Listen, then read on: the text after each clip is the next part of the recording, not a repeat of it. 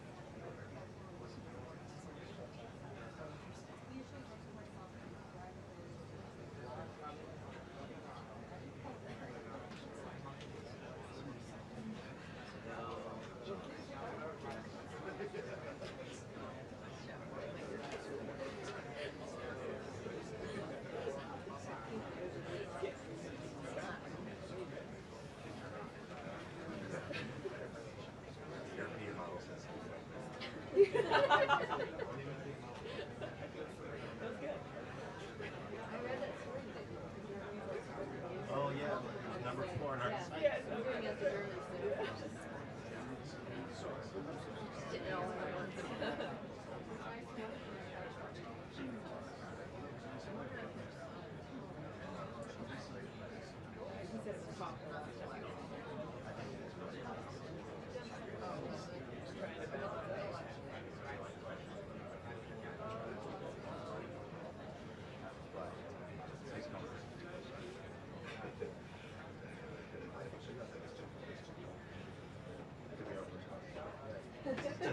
All agree. We just did this. It's too cold. First matter of Well, also, Speaking of art.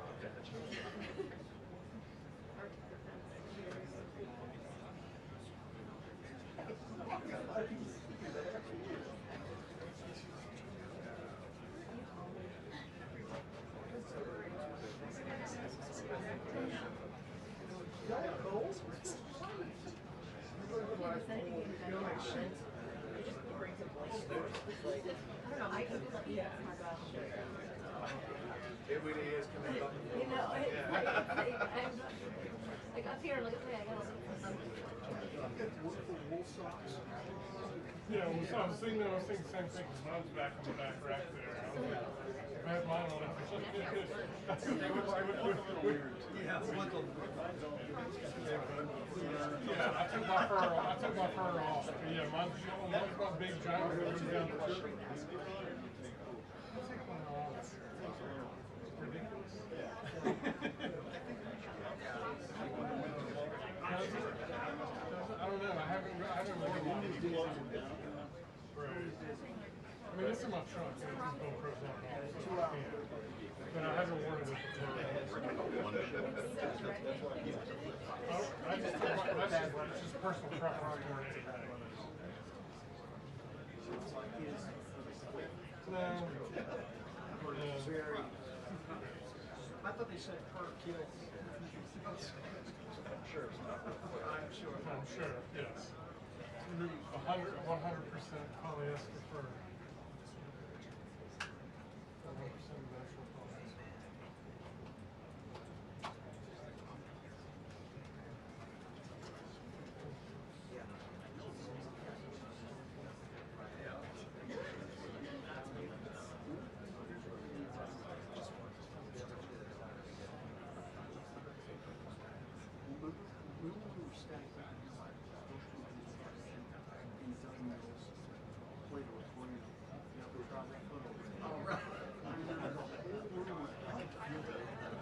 What?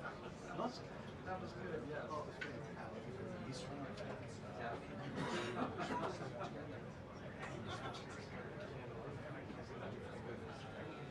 I know.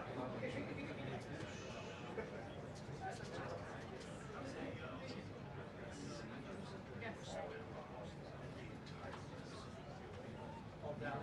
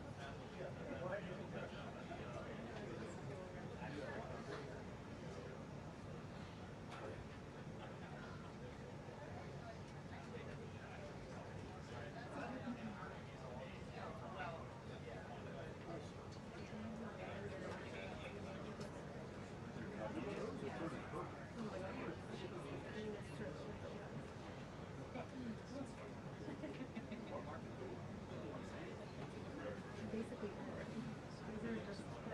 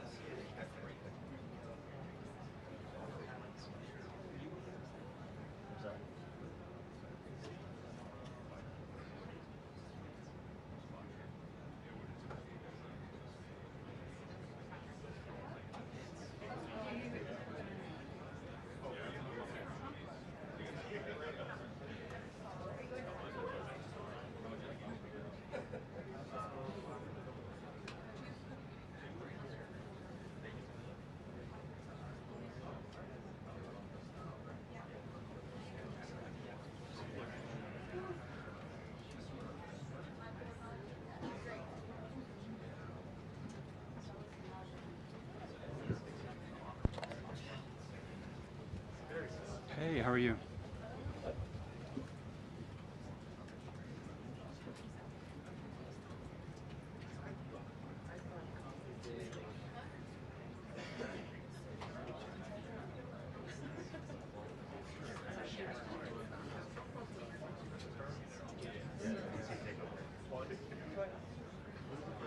They took the clean grab. And then there was another one. Yeah, DC. Yeah.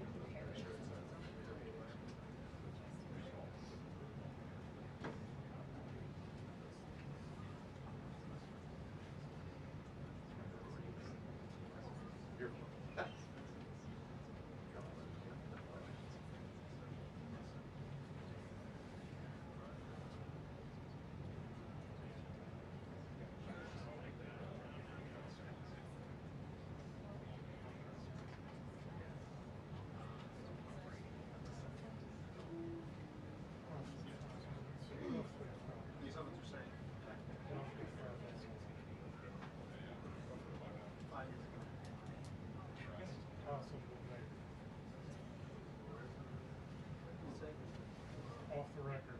Off the record.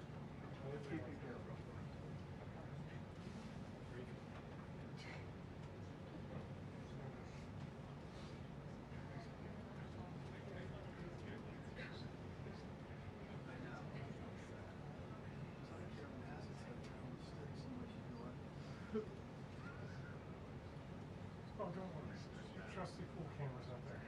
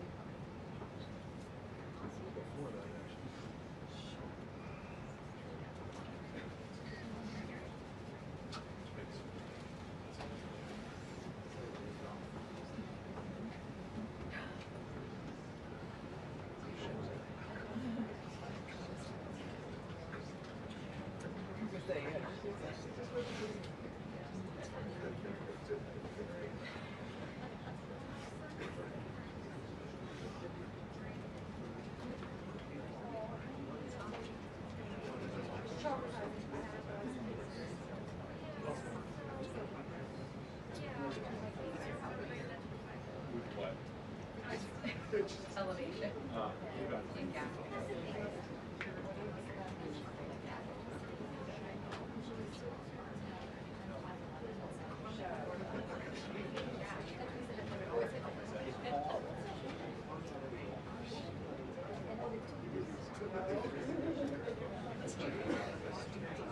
Oh my God, they're like,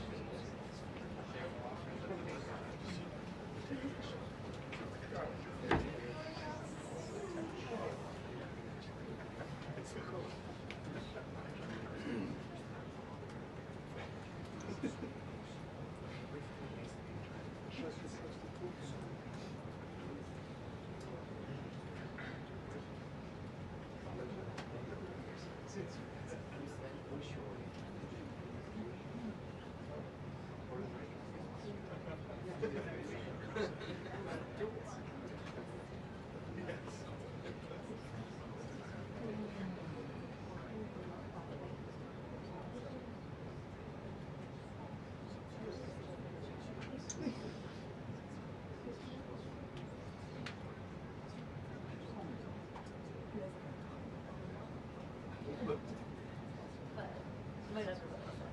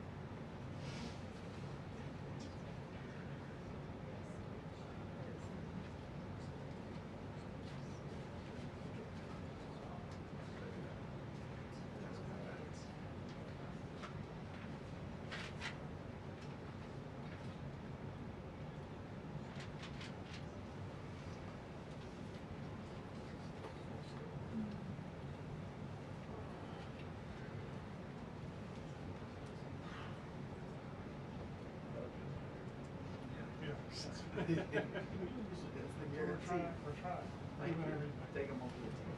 Doing everything we can. Robert, you have time to go. This is the perfect time to go.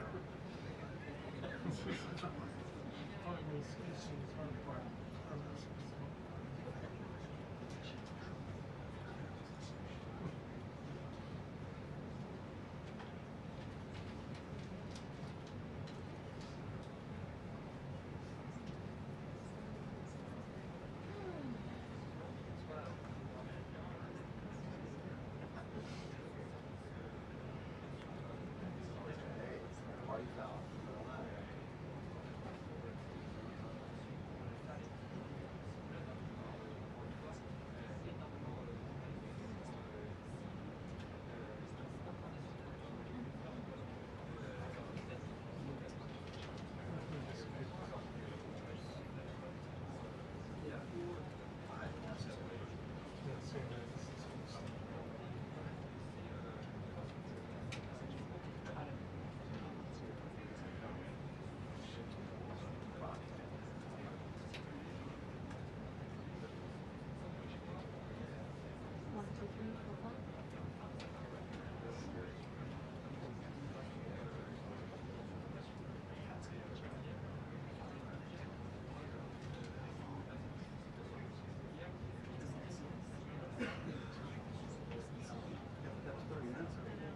Just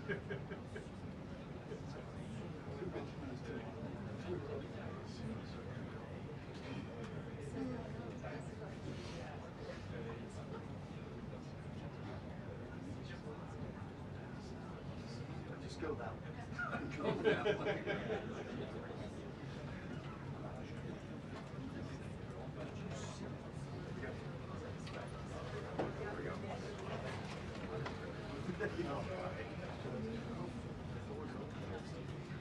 Just say, don't do that on Instagram.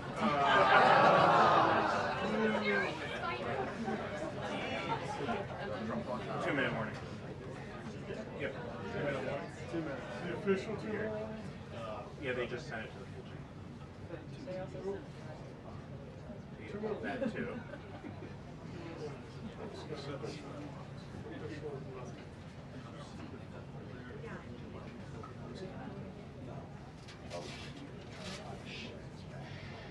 Who's supposed to?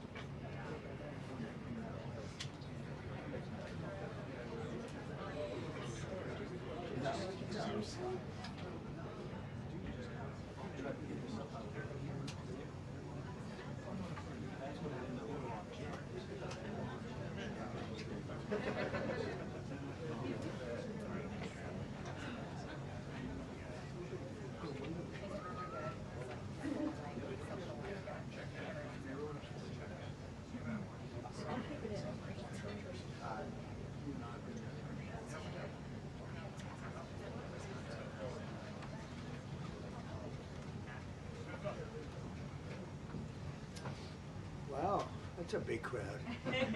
It's a lot of people. I think it's like a record. So these are accomplishments. We have a lot of accomplishments. And as you know, this is the anniversary, first anniversary, January 20th. And it's been an amazing period of time. We have a book that I'm not going to read to you, but these are the accomplishments of what we've produced. All page after page after page, individual things. I could stand here and read it for a week and we wouldn't be finished. But we've done more than any other administration has done by far in terms of military, in terms of ending wars, in terms of completing wars. Nobody's really seen very much like it. I think it's appropriate that because Minnesota is so much in the fray, and I say to my people all the time, and they're so busy doing other things, they don't say it like they should. They're apprehending murderers and drug dealers and a lot of bad people. And these are just some of the more recent ones that we have. And I can show you some of the people. Vicious, many of them murderers. These are all out of Minnesota, just Minnesota. I say, why don't you talk about that more? Because people don't know. Do you want to live with these people? International murder. These are people that are living, they're apprehended and either put in jails in their country from where they came, and the countries respect us, and so they actually put them there. In the old days, they didn't respect our country. Biden wouldn't do this because he let them all in. You know, if you didn't have open border policies of Biden, none of this, all of the things that all of the time that we spend talking about Minnesota and everything else, most of them are coming from out of the country. And it's been caused by a previous administration. Look at this, one after one. Boy, these are rough characters. These are all criminal, illegal aliens that, in many cases, they're murderers, they're drug lords, drug dealers, they're the mentally insane. There's some of them who are brutal killers, they're mentally insane. They're killers, but they're insane. These are just in Minnesota. In California, it's worse. In other states, it's worse. Now, Minnesota, the crime is incredible. The financial crimes are incredible.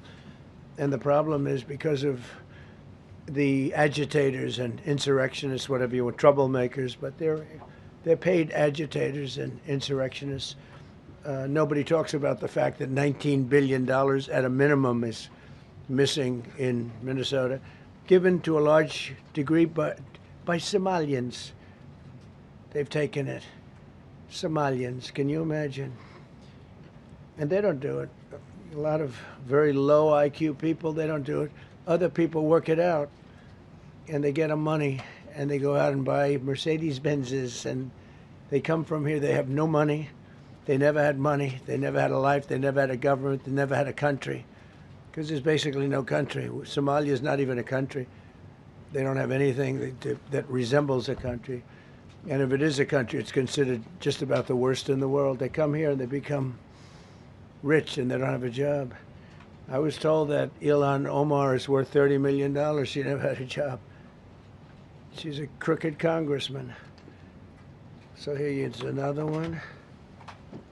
And I have, oh, by the way, we just took out, these are all what ICE is doing.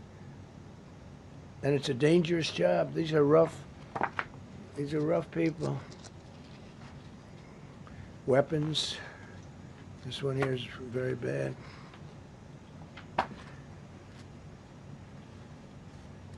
I'm going through this because I think we have plenty of time. I'm going to beautiful place in Switzerland where we'll be, I'm sure I'm very happily awaited for. In Switzerland, they don't know about this. They don't have this problem. They have other problems, but they don't have this problem. Look, killed somebody. Look, and these are rough people. These are not, this was all allowed into our country through open borders. The dumbest policies, you know, men and women's sports is dumb. But to me, having an open border for the world to come in, drug dealers and prisoners, Venezuela, as an example, opened their prisons into the United States. That's why one of the reasons I felt so strongly against Venezuela. Now I'm loving Venezuela. They've been working with us so well. It's been so nice. And an unbelievably nice woman also did a very incredible thing, as you know, a few days ago. We're talking to her, and maybe we can get her involved in some way. I'd love to be able to do that. Maria, maybe we can do that. But we're dealing with the people and the president and all of the people in Venezuela, and we've been doing great. The oil companies are getting ready to make massive investments there. They have more oil than even Saudi Arabia. There you go. These are rough water. This is all Minnesota, every one of them.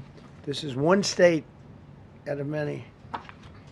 And these people are, let's see, yeah, these are all, so far, people that came from outside of the country. They were allowed in by Sleepy Joe Biden, Crooked Joe Biden, whichever you like. You can call him whatever you like. They're both right. He's sleepy and he's crooked. He was the worst president we've ever had. And we've had some bad ones, too. I can tell you, all you have to do is look at trade. You're not getting bored with this, right? I hope you don't. But these are people that you have to see. Strong-arm rape, aggravated assault with a weapon, and many other crimes.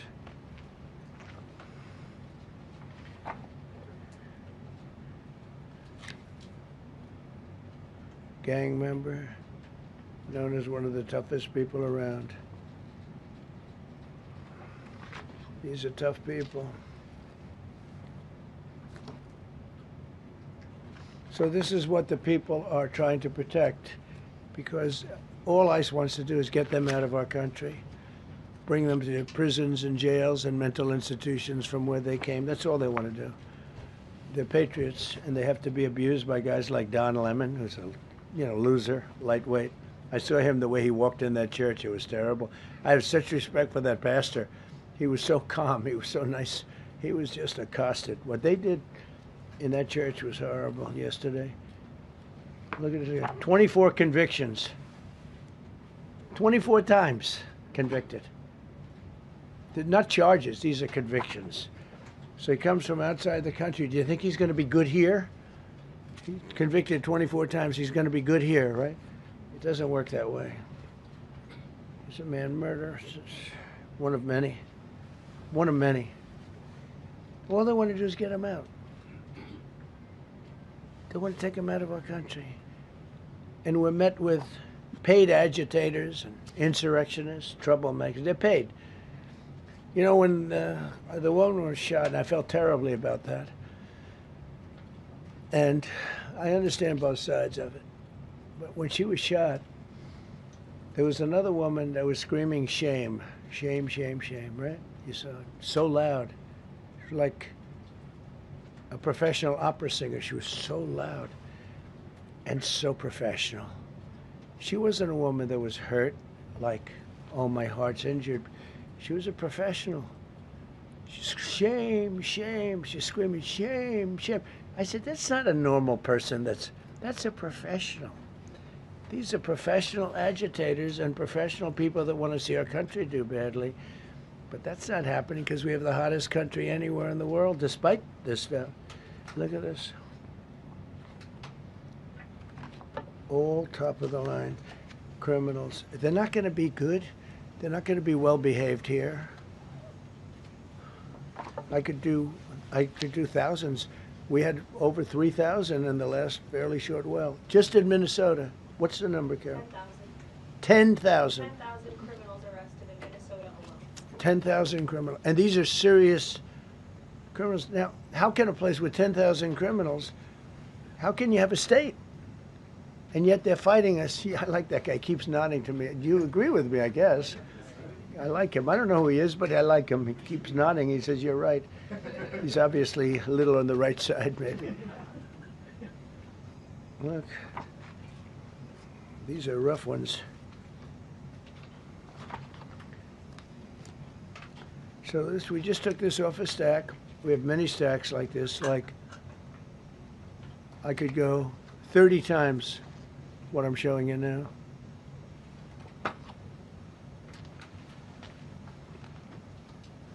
Relations with Hezbollah, that's nice. Why do we allow them in our country? I'm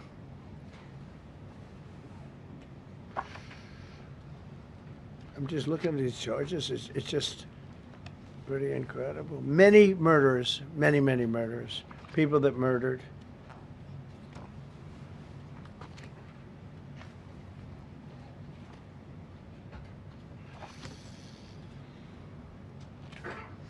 So what ICE does, and Border Patrol is incredible, too. I mean, Paul Perez and that group is incredible. Mostly Hispanic, by the way. They're like 60% Hispanic. You know, they talk about Hispanic. They're mostly Hispanic, right? And they're unbelievable people. And then they say, oh, we discriminate against. I love Hispanic. They are unbelievable. Entrepreneurial. They have everything. I did great. I did the highest. Nobody ever got numbers like I got from the standpoint of being a Republican. But even if you look at Texas, I won the entire border along Texas, between Texas and Mexico. It never happened before. Nobody's ever done that before. I did it. As a Republican, I did it. I love the Hispanic. And they accuse us of all sorts of things. 60% of the people we're talking about, they're the best people we have, and they're Hispanic. The Border Patrol is largely Hispanic. ICE is largely Hispanic. They're unbelievable people. I don't know how they can take the abuse. They're taking rough people like this, like all of them. We have 10,000 at least. I could have done 10,000 of them. You're lucky I only did like 100. And this isn't even the worst of the group. They have murderers. They have some people we can't use their picture for legal reasons, but they're up for murder in their own country. And we jeopardize their case. When we send them back and we coordinate with other countries. A tremendous amount of work. All allowed in here by an open border policy of the worst president in the history of our country. A man that didn't win the election, by the way. It was a rigged election. Everybody knows that now. And by the way, numbers are coming out that show it even more plainly. We caught him. We caught him. So I just want you to know that it's a terrible thing. Here's the book on accomplishments. And this is something, ooh, I'm glad my finger wasn't in that sucker. That could have done some damage, but you know what? I wouldn't have shown the pain. I would have gone back. Boy, did you hear that? That was nasty. But I would not have shown the pain. I would have acted like nothing happened as my finger fell off. That was a nasty. I think somebody did that. I think it was him. It was my man. How were you? You didn't do it. I know you did. I know you didn't. So, but here's the book. These are all things we have. I'm going to read a few of the samples, but look at this. These are all, each line is something that we did. Nobody did that before. And it's big stuff, too. Look, we have the hottest country in the world. So, I will read you a few. We ended Biden's stagflation. We were in stagflation. That's a disaster. That's far worse than inflation. As you know, he had the biggest inflation in the history of our country. They say 48 years. Pick your choice. But they had the biggest inflation in the history of our country. We have it right down to a normal number now. We're going to get it even a little bit lower. Created super high. What we've done with growth is incredible. We created super high economic growth, and America is booming. It's booming. There are thousands of businesses right now that are being built. Many of the biggest factories in the world are being built right in our country. They're not going to other countries. They're leaving other countries. Fourth quarter GDP is on track to pass perhaps much more than 5% growth, and that's despite the fact that we had a Democrat shutdown. They shut down our country, and we had 5%. Nobody in this room has ever heard about 5%. I think it could be 20% if we do it right. If we don't, every time we have good numbers, they raise interest rates. You shouldn't do it. In the old days, if you had good numbers, they'd lower interest rates, or they wouldn't do anything. Here they try and kill it. They always try and kill success. Over the last 20, 25 years, that's the way. In the old days, if you had good numbers, the market would go through the roof. Today, if you have good numbers, the market goes down. But by the way, we've had the best stock market in history, the best 401ks in history, and we inherited a mess. The numbers that we inherited were way up, and now we brought them, almost all of them, way down. We brought them way down. I mean, I'm not getting... maybe I have the bad public relations people, but we're not getting it across. We inherited high numbers and we brought them way down. And look at gasoline. They have places in the country now, $1.99 a gallon. $1.99, $2.30, $2.50. I guess the average now they're saying is $2.31. I mean, he was at $4.50 and $5 for periods of time.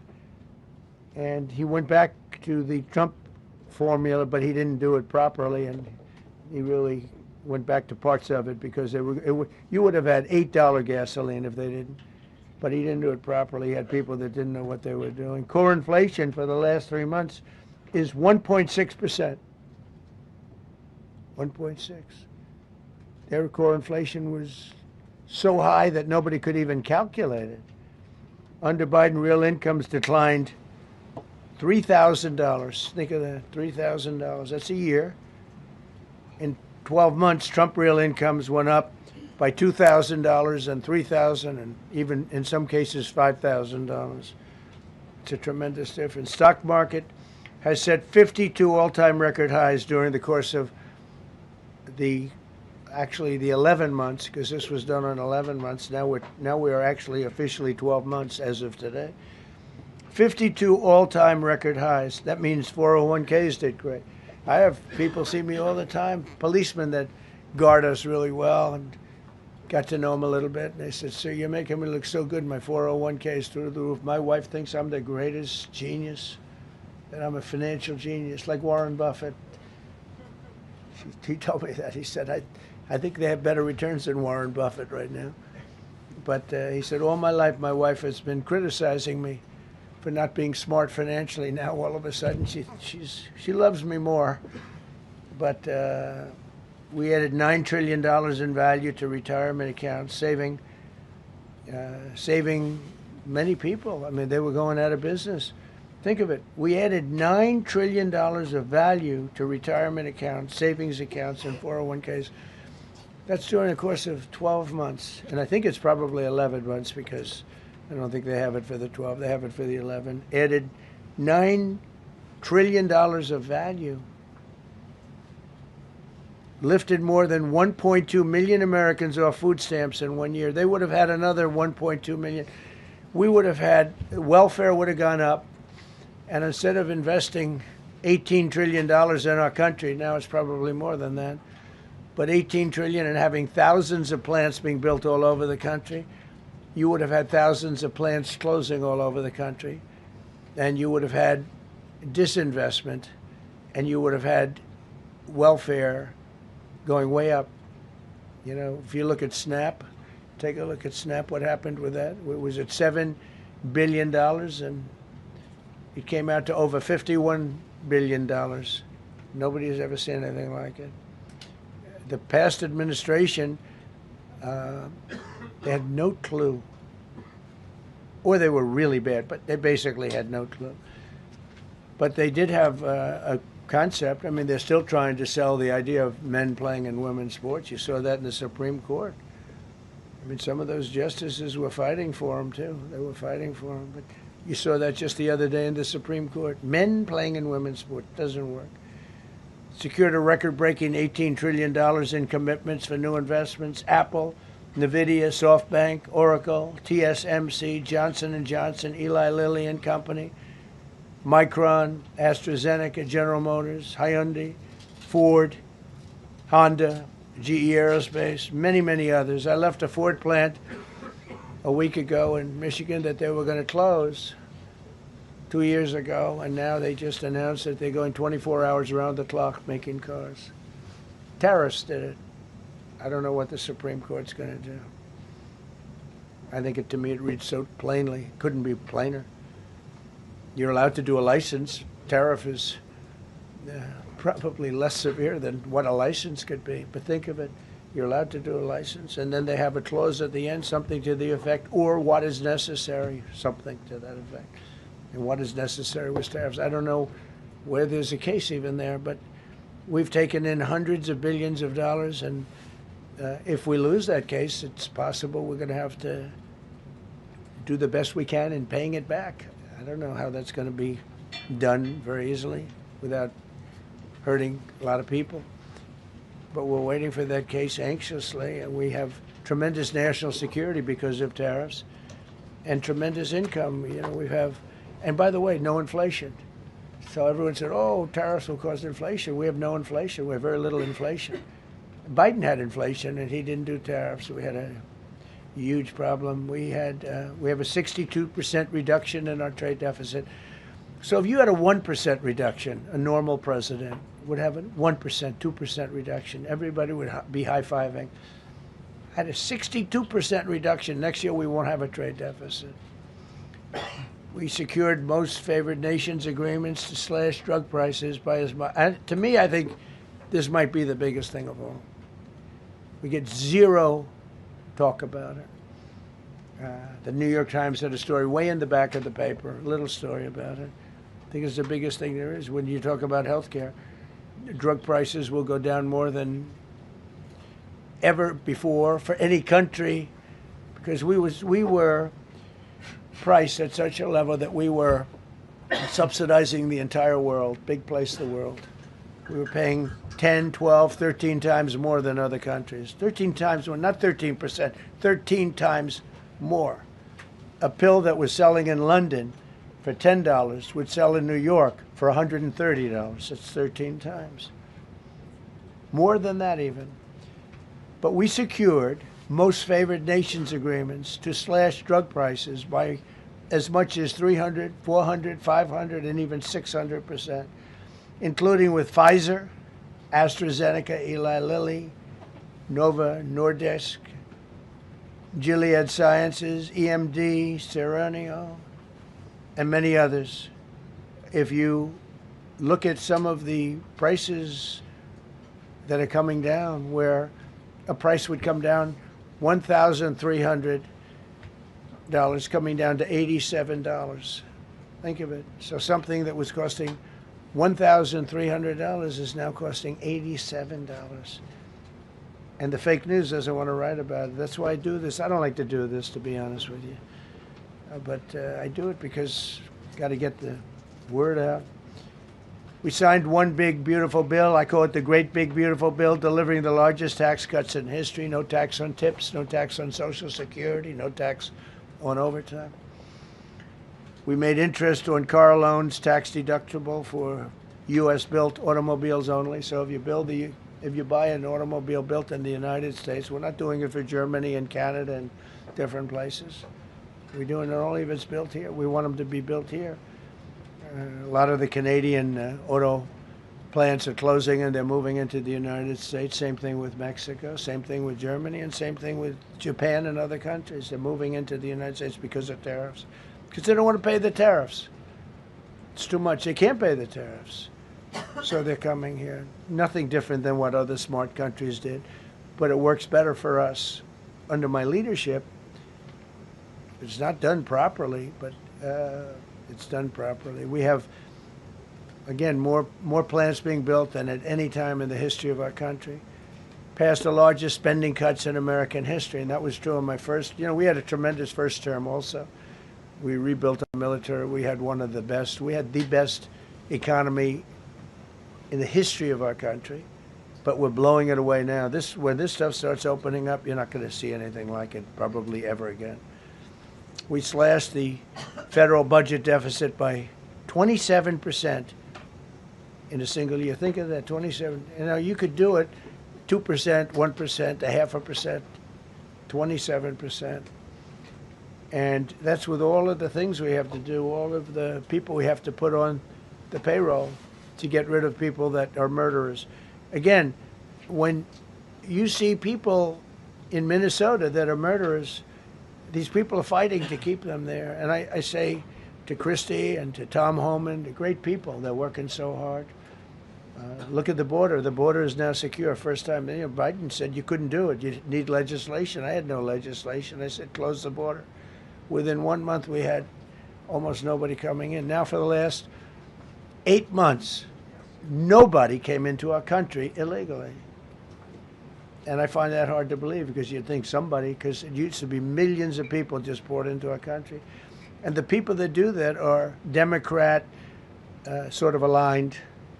So, I mean, they're not doing me any favors. We had nobody come in. We have a very strong border. We have very few people coming up. They're not going to make the trek because they know they probably won't be coming in. So it's not as hard as you think. But I didn't have to go back. Remember, they said, we need legislation to close the border. They had millions of people coming in a month.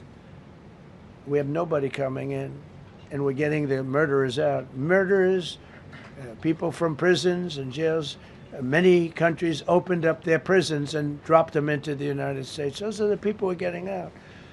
And we have a lot of heart. And I said, you got to lighten up on this.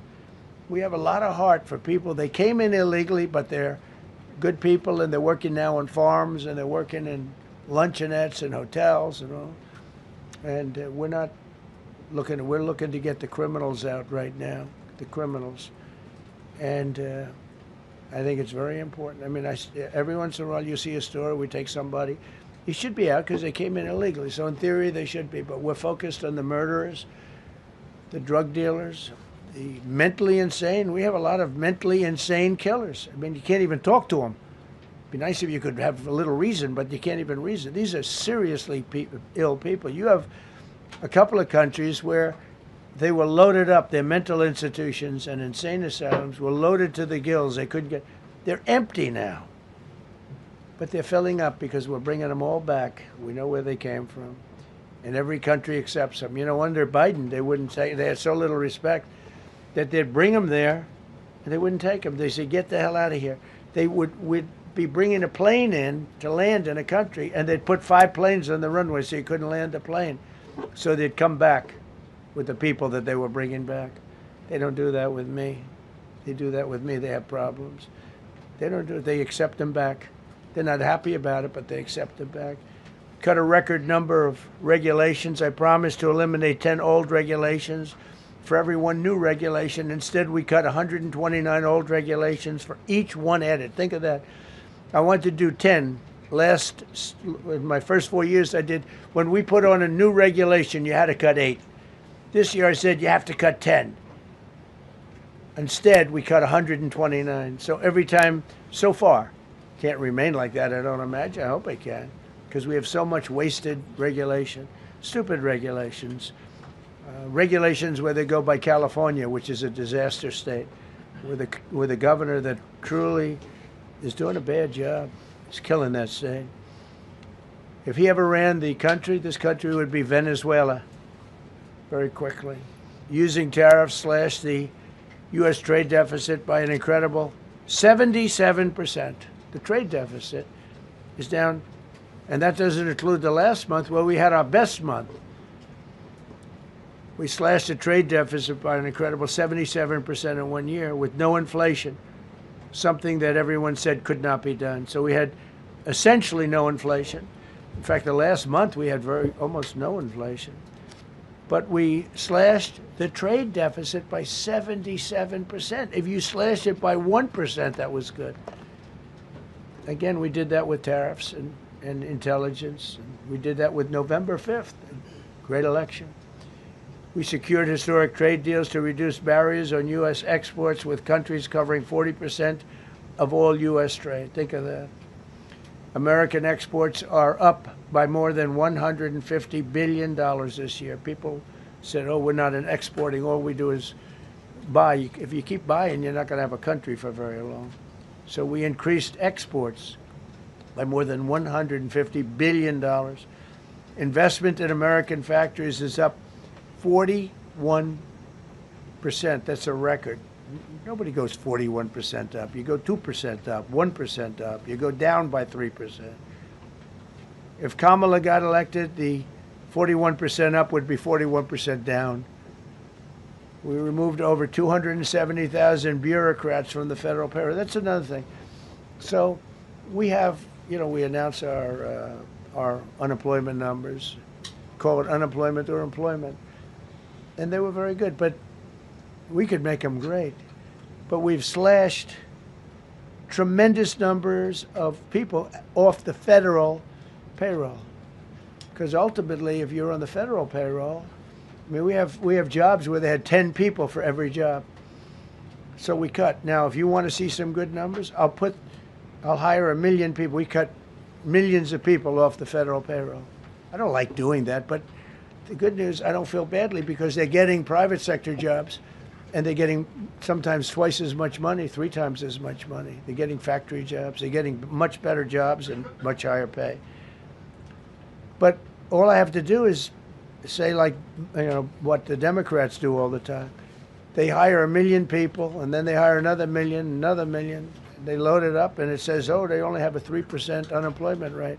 It's a fake rate. So with us, we're proud of the fact that we cut so many because, again, I don't want to cut people. But when you cut them and they go out and get a better job, I like to cut them. And sometimes they have to be forced to do that because, it's like they want to stay where they are. They don't know. And then all of a sudden they end up, we have many cases, Karoline, where people were devastated. They hated Trump.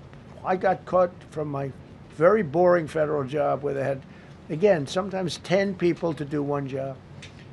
And they were very upset. And now they ended up with a job where they get paid 3 times more money. They're ending up buying houses. It's like crazy. So they went from not liking me to liking me a lot because it's hard to get. We need people. We need people. It's one of the reasons. I mean, when you have good people in the farm or good people in hotels and everything else, we want to work with them as much as we can. Under Biden, 1 out of 4 jobs added was a government job. Think of that. So 25% of the jobs added. That's when you know that, that's 25% of the jobs aren't real jobs.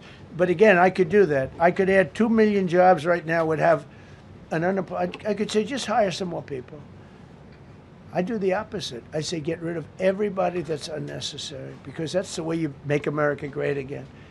When you have, all these jobs where people are sitting around doing nothing and they get a lot of money by the government, it's no good. But that's what the Democrats do. They show, oh, we were at 4% unemployment. That's a good number. But they just add jobs, or they wouldn't cut. They would never cut jobs. Under Trump, 100% of all new jobs created have been in the private sector. Think of that. Not 1% has gone to federal. So under Biden, 1 out of 4 was a government job. Under Trump, 100% of the new jobs created, 100% came from the private sector. That's how you make your country wealthy and strong and good. We inherited the worst border in history and turned it into the strongest border in history. Illegal crossings have plummeted to the lowest level ever recorded, down 99.999%. That means down 100%. 99.99. Now, I want to find out who that one person is. For 8 months in a row, zero, and these are government numbers, these are not my numbers. For 8 months in a row, 0 illegal aliens were admitted to our country. 0. Nobody came in, unless they came in legally. We have a big process for having people come in legally, by the way. A lot of people are coming in legally. They have to prove they love our country. They have to prove that they're not going to need welfare. A lot of things they have to prove. For the first time in 50 years, we are now seeing reverse migration, where because we're getting all of these illegal people out. People that came in illegally, in many cases they're criminals, in many, many cases. You remember when they used to say that the people that come into our country as immigrants are very nice people, they're wonderful people, they don't commit crime. No, they make our criminals look like babies. They make our Hell's Angels look like the sweetest people on earth.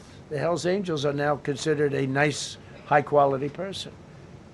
I like the Hell's Angels. They voted for me. They protected me, actually, believe it or not. But they make our criminals look like babies.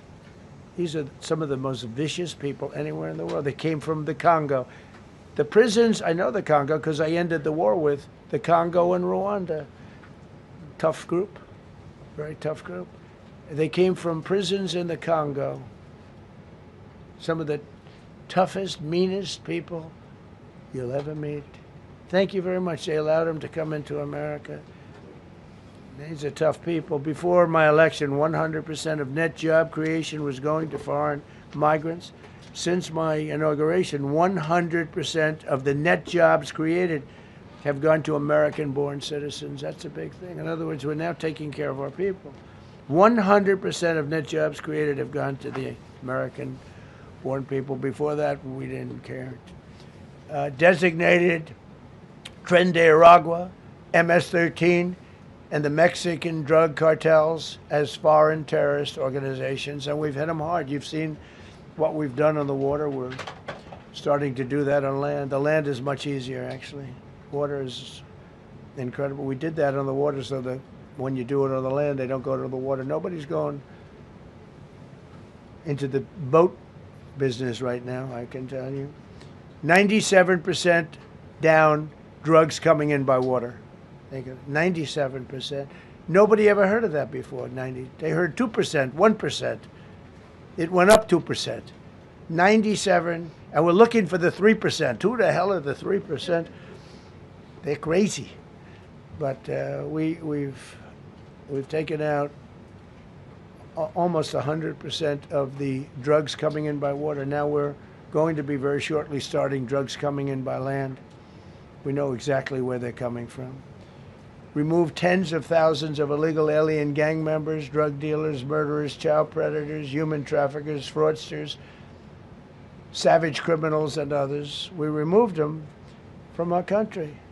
They're out. They're gone. In some cases, they're so dangerous that we put them in jail because we don't want to give them to their country. Their country doesn't do anything, and they end up coming back. We have some that they're so bad that we don't want to really release them. We want to put them in a jail where we know they're properly ensconced. Think of that. Remove tens of thousands of illegal alien gang members, drug dealers, murderers, child predators, human traffickers, fraudsters, and savage criminals. Why wouldn't you want them removed? The reason is because these are insurrectionists that are doing this work. And, you know, they're going to make mistakes sometimes. ICE is going to be too rough with somebody, or You know, they're dealing with rough people. They're going to make a mistake. Sometimes it can happen. We feel terribly. I felt horribly when I was told that the young woman who was had the tragedy. It's a tragedy. It's a horrible thing. Everybody would say. ICE would say the same thing.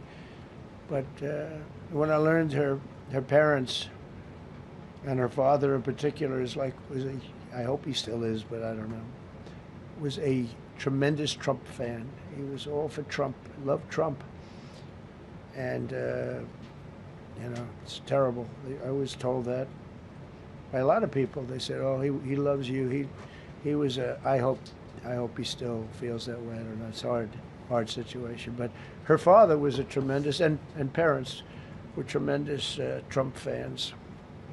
It's so sad. It just happens. It's terrible. Halted all refugee admissions to the United States, including from Somalia, which is a terrible, terrible place, another dangerous place. And we also stopped the pirates because they get the same treatment as the drug boats. So when Somalia, the Somalians, you know what they're good at? That's about the only thing they're good at is they're good at pirating ships at sea, big ships. So you have a huge oil tanker with millions of gallons, millions of barrels of oil. And if it gets hit by a big weapon, the whole thing blows up. And they don't want to fight because if they do, they're told by their insurance companies, do not hand over the ship. And they're not allowed to have any guns on the ship. They're literally, you have these massive ships being taken over by a Somalian small boat with a big weapon.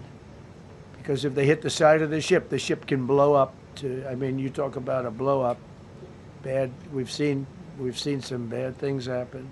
And the insurance companies, some of these ships cost more than $1 billion to build. And the insurance companies say, look, we'd rather give them money than take a chance on $1 billion insurance policy. But they don't have to worry about it because we hit them the same way we hit the people with the drugs in their boat. They don't know what the hell happened. But all of a sudden, there are no pirates at sea. Do you notice? We haven't had a boat taken in a little while. Came out of Somalia, really corrupt place. It's not a country. They don't have government. They don't have anything.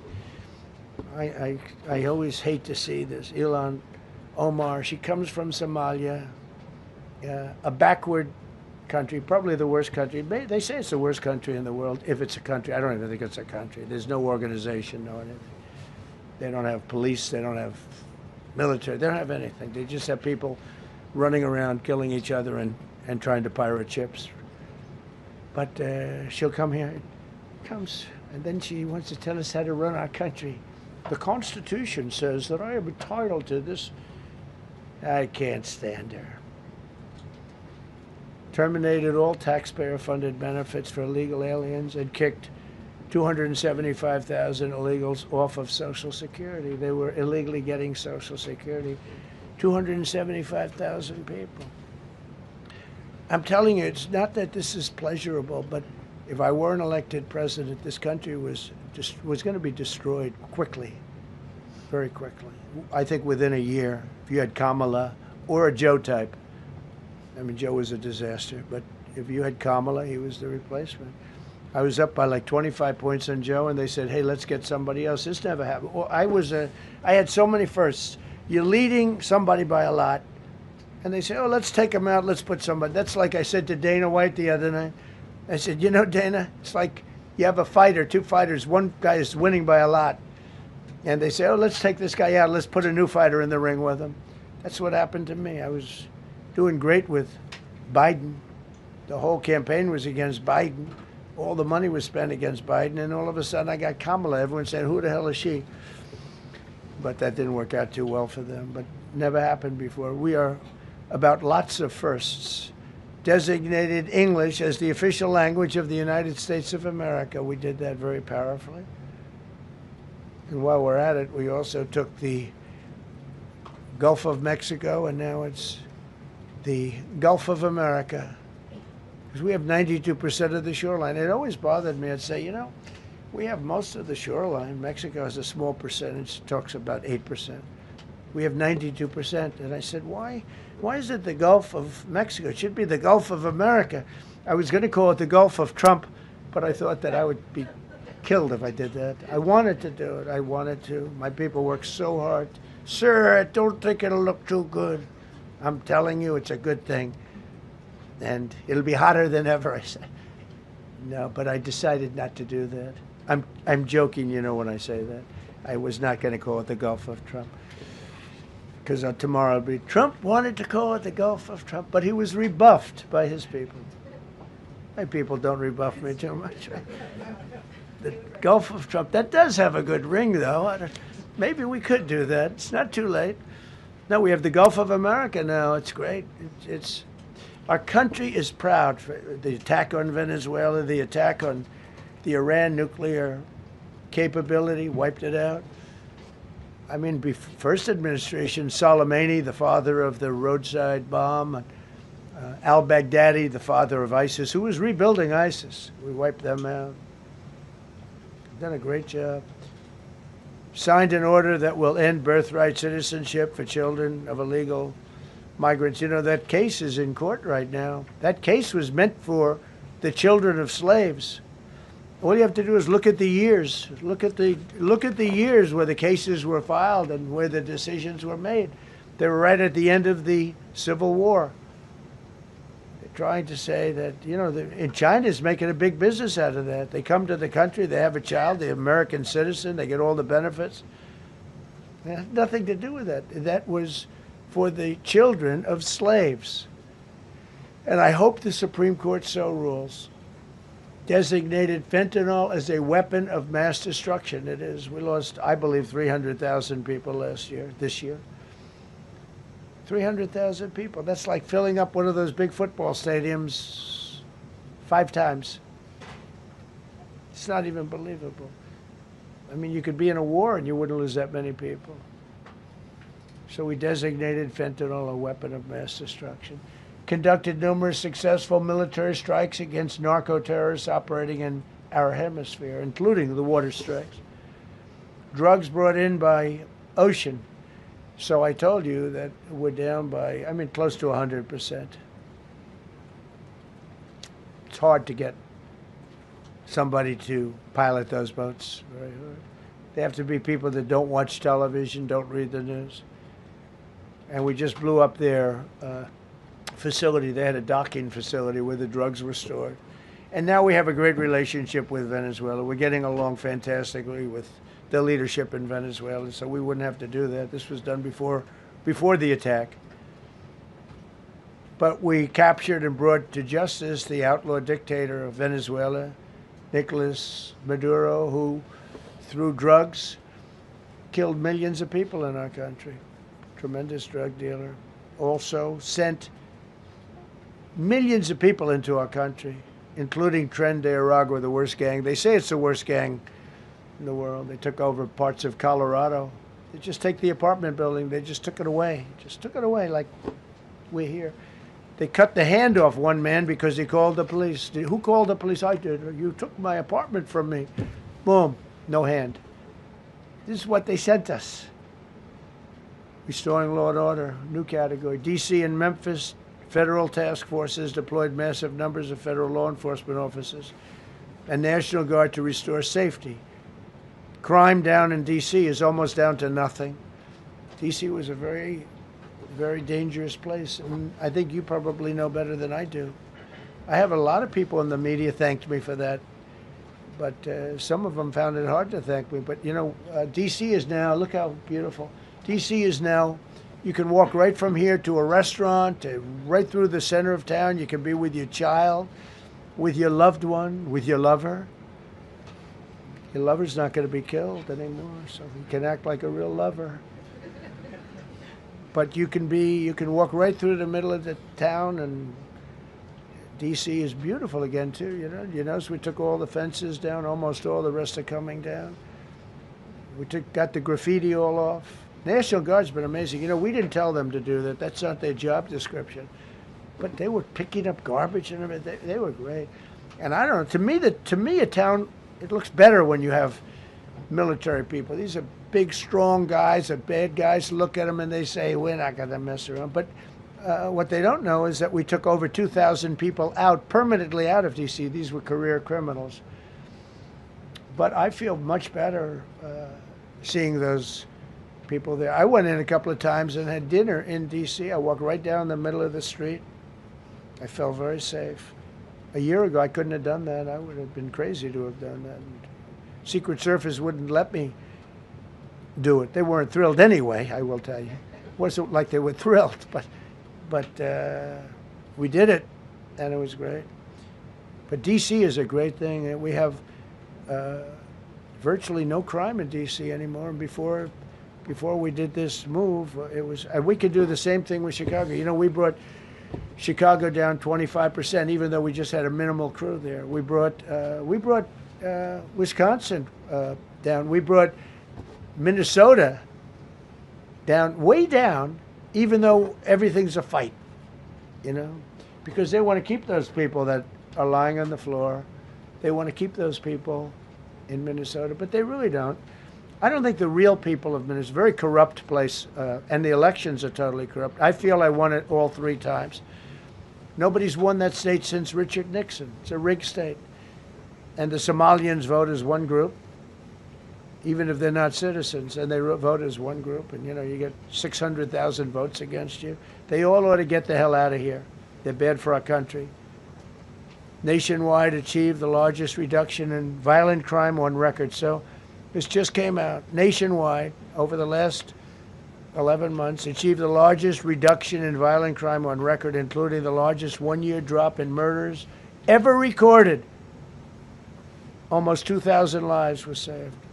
That's despite the fact that we took in criminals under the leadership of the Democrats and Joe Biden. More motor vehicle theft is down by 100,000 vehicles nationwide. That's another. Nationwide, the motor vehicle theft was out of control, and now it's very much in control. It was down by more than 100,000 vehicles to a record low. Began the process of eliminating cashless bail policies across the nation. You got to get rid of your sanctuary cities, and I hope our people know that we're not going to pay sanctuary cities. We're not going to pay them anymore. They are sanctuary for criminals. They hold criminals. We're not going to pay. They can sue us, and maybe they'll win. But we're not giving money to sanctuary cities anymore as of the beginning of the month. We began the process of eliminating the cashless bail. Well, cashless bail is where it all started. It's a disaster. And then other places. I don't know if it started in New York. I remember it starting in New York. So if somebody comes in, murders somebody, and they let them out, no bail, no nothing. Basically, cashless bail means you just get the hell out. And they go outside. We have one case where a guy murders somebody, gets released, and goes out and murders somebody. 2 people in one day. No, we got to get rid of cashless bail. They got to pay, got to have bail. There's a reason for bail. Long tested. Signed an executive order to bring back mental institutions and insane asylums. We're going to have to bring them back. Hate to build those suckers, but you got to get the people off the streets. You know, we used to have, when I was growing up, we had in my area in Queens, I grew up in Queens, we had a place called Creedmoor. Creedmoor, did anybody know that? Creedmoor. It was a big, I said, Mom, why are those bars on the building? I used to play Little League baseball there, a place called Cunningham Park. It was quite the baseball player, you wouldn't believe. But I said to my mother, Mom, she would be there, always there for me. She said, son, you could be a professional baseball player. I said, thanks, Mom.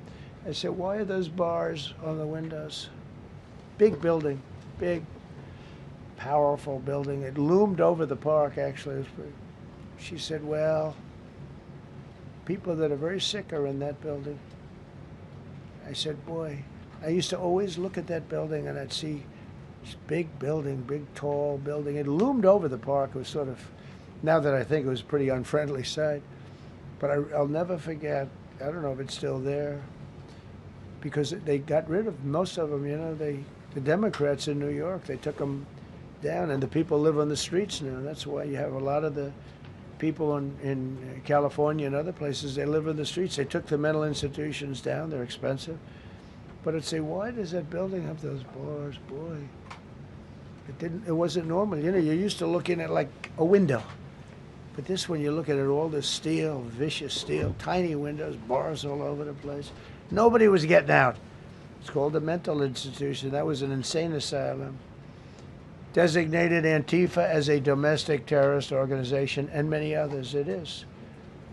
America is respected again on the world stage. That's another topic. Obliterated Iran's nuclear enrichment capability, and Operation Midnight Hammer was one of the most successful anyone's ever seen. CNN fake news. I don't know where they are. CNN. Anybody from CNN here?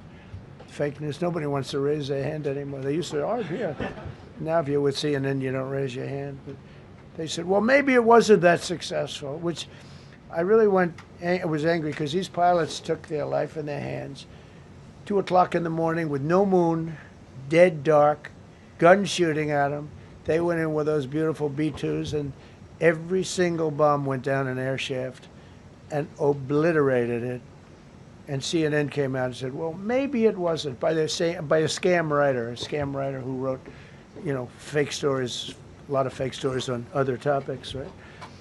Because when we did it, we said, that's a terrible thing. You know, the pilots came back and they said, we hit everything. They did a great job. Then on top of that, we launched from a submarine about 30 Tomahawks on top of everything else. The place was obliterated. CNN said, well, maybe it wasn't that bad. Turned out it was worse than it was. You know who could tell you that? The Iranians would tell you that. Because if they do anything, they're going to have to start a brand new place. But they did an amazing job. That was like what we did with Venezuela. I mean, nobody's ever seen a military operation like that. Ended 8 unendable wars in 10 months. These were unendable wars. Cambodia and Thailand fighting for years. Kosovo and Serbia. The Congo and Rwanda. Pakistan and India, they were really going at it. 8 planes shot down. They were going to go nuclear, in my opinion. The Prime Minister of Pakistan was here, and he said President Trump saved 10 million people and maybe much more than that. They're both nuclear countries. Israel and Iran. Egypt and Ethiopia were going to fight over a dam, and I got them to stop. I still got to work it out, because they put a dam up in Ethiopia that stops the flow from a little river called the Nile. I always think of the Nile being in Egypt, you know, beautiful Nile with the pyramids, but they put a dam up. You know who paid for the dam? The United States of America. It's the biggest dam, I think, in the world. They put a dam up. I said, how did you let that happen? Why would we have done that? We financed it. This country would. I don't know. Maybe it was a Republican president, but I don't think it was. I think it was a Democrat. But what a terrible thing. So Egypt basically is, you know, they don't have enough water in the Nile.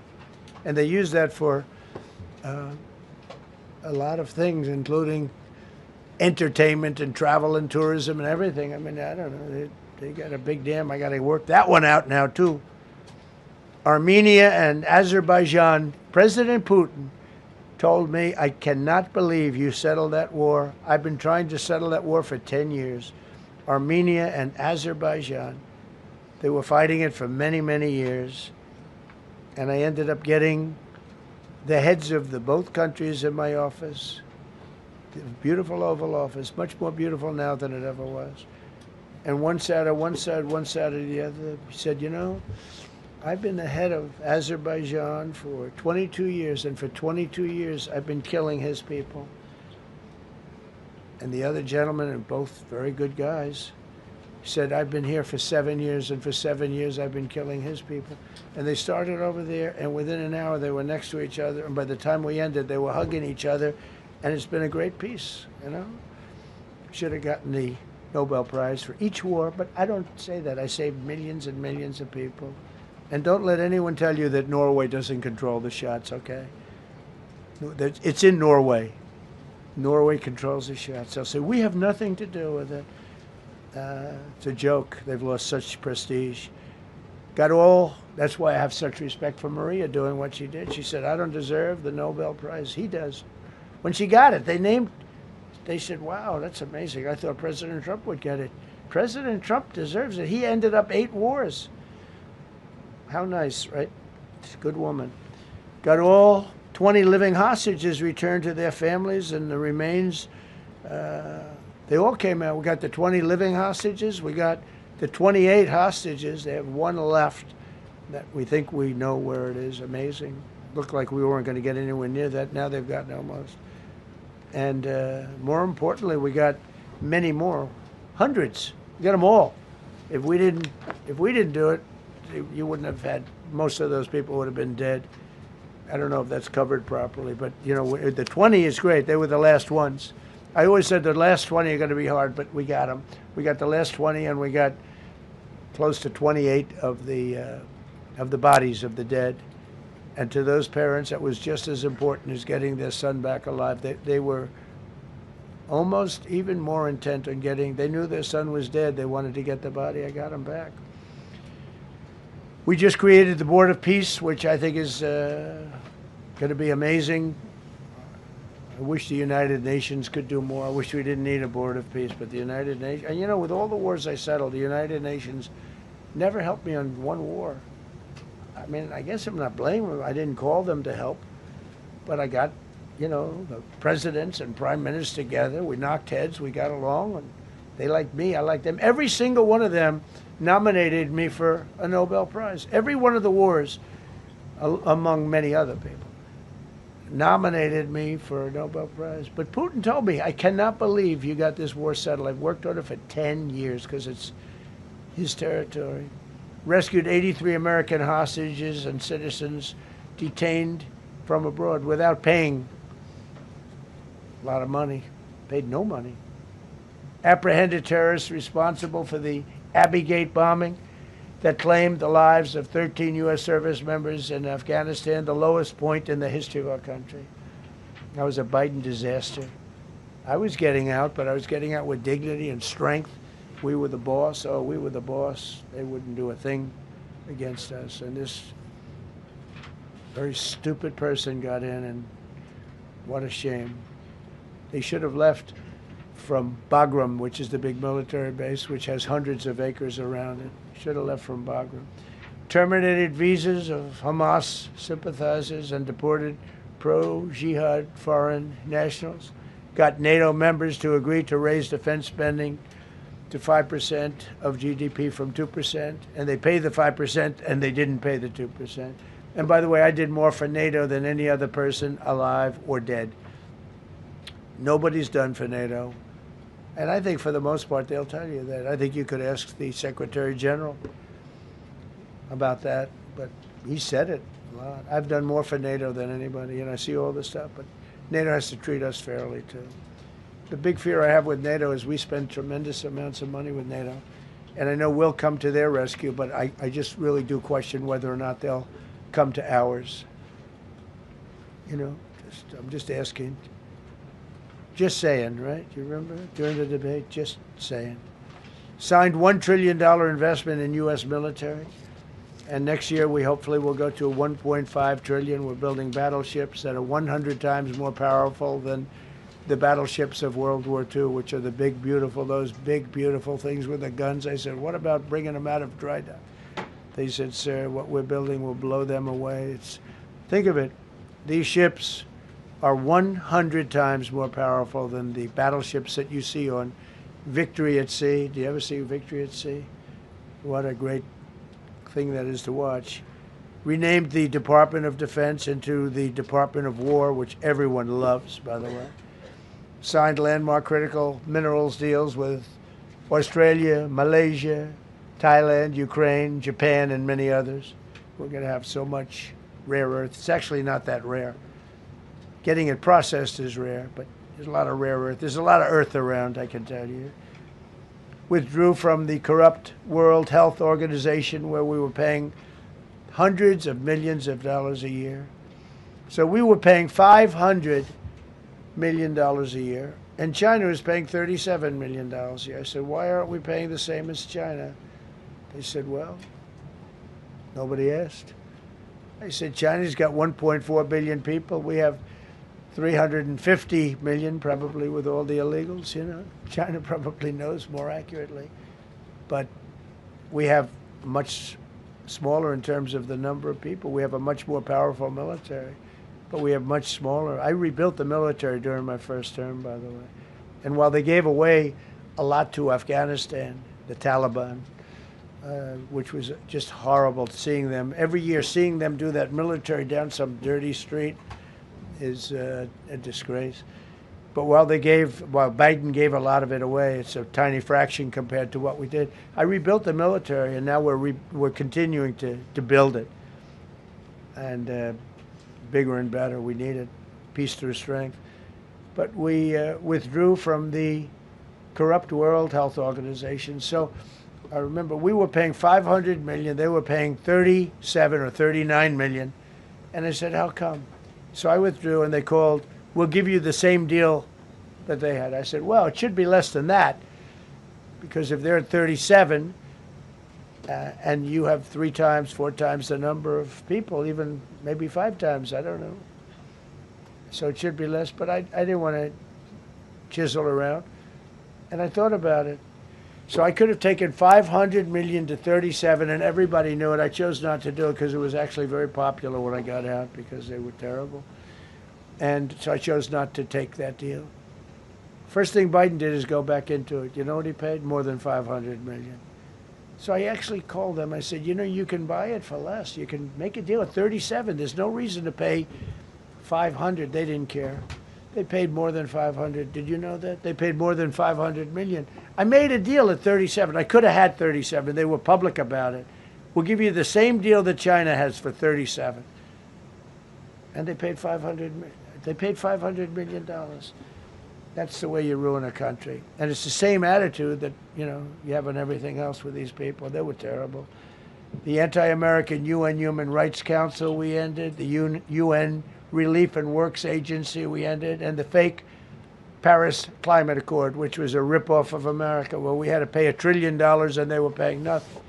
China didn't kick in until 2035. We kicked in immediately. We were supposed to pay $1 trillion.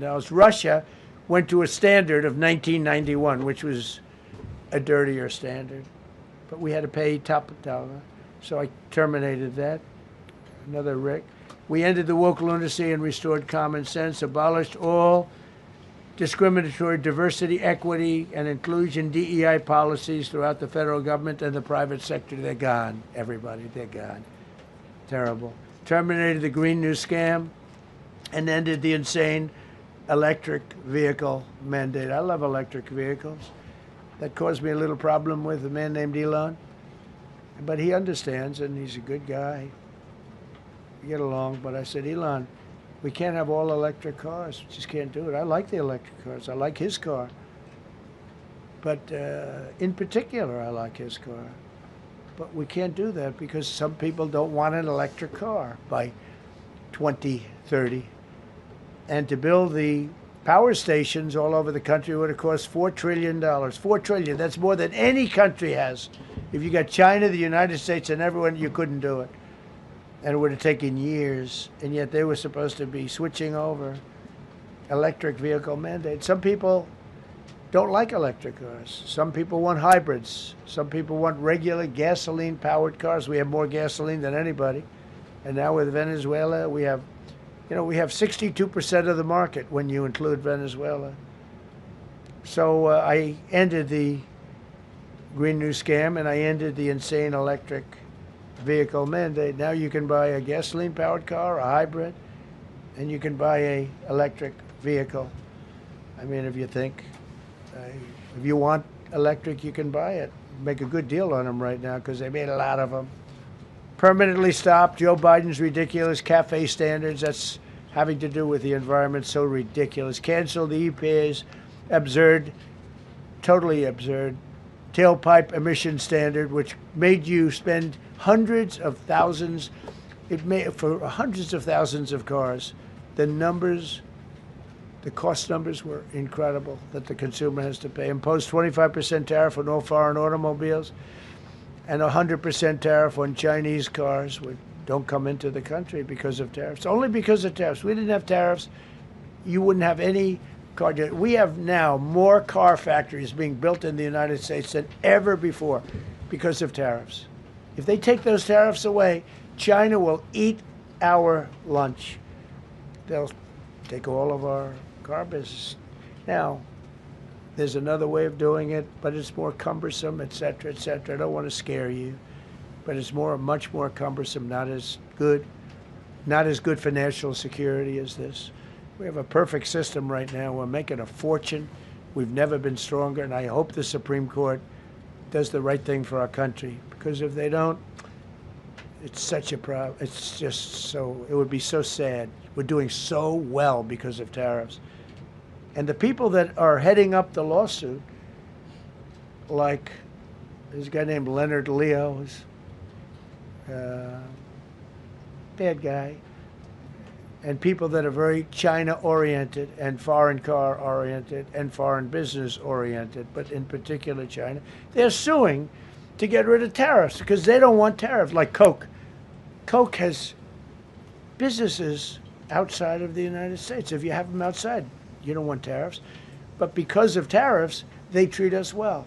Without tariffs, they would treat us very badly. As you saw for many years, they respect us more now than they ever have respected us, by a lot.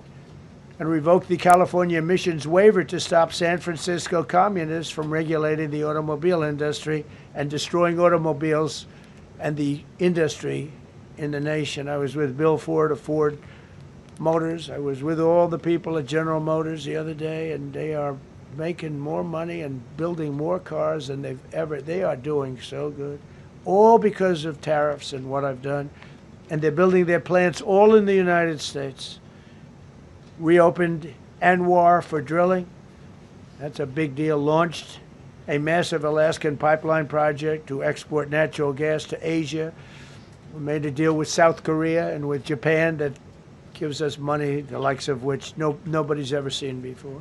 Signed executive orders to end Biden's war on coal and I say clean, beautiful coal. I never say the word coal. It has to be preceded by the words clean, beautiful coal. And put miners back to work. The miners love Trump. I think I got 100% of their vote. We banned transgenders from the military. We don't want transgender in the military.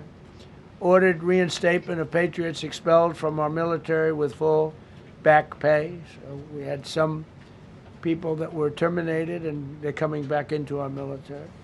Fired the woke boards of visitors at our military service academies. The boards of visitors were run by radical left, maybe communists, maybe not, but they were still heavily radical left, and they were bad for us.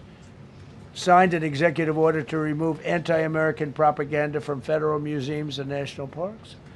Required the federal employees to return to work in person or be fired. We don't want them sitting in their home or in their bed working. We want them in an office that we're paying for in Washington, D.C., or wherever it may be. And we've largely taken care of that mess. That was crazy. I guarantee you they're out on the ball fields. I guarantee you they're out playing golf. And you can't run a country or a company that way. I think it's happening even so with countries and companies. But we had so many of our federal workers, they wouldn't come into work. Signed an order banning all government censorship and restoring free speech. Made it the official policy of the United States government that there are only two genders. This was not a tough one. Two genders. Can anybody guess what they are? Male and female. I think the Democrats know that too, but they refuse to admit it. Banned the use of puberty blockers, hormone injections, and other chemical and surgical mutilation of children. Can you imagine saying this 15 years ago? That we banned the use of puberty blockers, hormone injections, and other chemical and surgical mutilation of our children. You know, when I say it, I say, do I have to say that? I actually asked my people today, yes, sir, because that's where the country went. Banned men from playing in women's sports. Big Supreme Court case on that. I mean, I can't believe it. Some of the justices were fighting hard for men to be able to play in women's sports. A couple of them. I can't imagine it, but I think anybody that rules that way should lose a lot of credibility. But we banned men from playing in women's sports. All you have to do is look at the records. Look at weightlifting records. Look at swimming records. Look at track and field. It's not fair. It's very demeaning to women. Married, we're working with Harvard right now. They've been very anti-Semitic. Terrible what they've done. And we'll see what happens. I hear we have a deal, but who the hell knows with them? They have a lawyer that wants to show how hot he is. Ended taxpayer-funded student loan forgiveness for radical left and anti-American activists. Can you believe it? Began the process of abolishing the Federal Department of Education and returning education back to the states. And Linda McMahon is doing a fantastic job. Ended Joe Biden's weaponization of our government and removed his hand-picked radical left Marxist prosecutors from the Department of Justice, like deranged Jack Smith. He's a sick son of a bitch. They gave me the worst of the worst. And here I am. How did that happen? How did that happen? He's a sick guy, and Letitia James is sick, and Alvin Bragg is sick. They're sick people. And others. Fannie, you can't call her Fannie. She doesn't like it. She wants to be called Fani Willis. I won. Can you imagine putting somebody through that? And then if I suggest that somebody may be guilty of a terrible crime, oh, he's weaponizing government. Trump is weaponizing government. It's terrible. Can you imagine? They say to me about weaponize, I don't weaponize anything. But what they did to me, nobody ever went through what I went through. And here I am in a place called the White House. It's a beautiful place. Who would have thought, right? Signed legislation to cut all taxpayer funding to woke and biased NPR and PBS. And they're sort of gone now, I guess. I heard they closed up. They were terrible. They were so unfair. They were so terrible. Officially reinstated Columbus Day. I like the name Columbus Day. The Italian people are very happy about it. Remember, when you go to the voting booths, I reinstated Columbus Day. That was an easy one.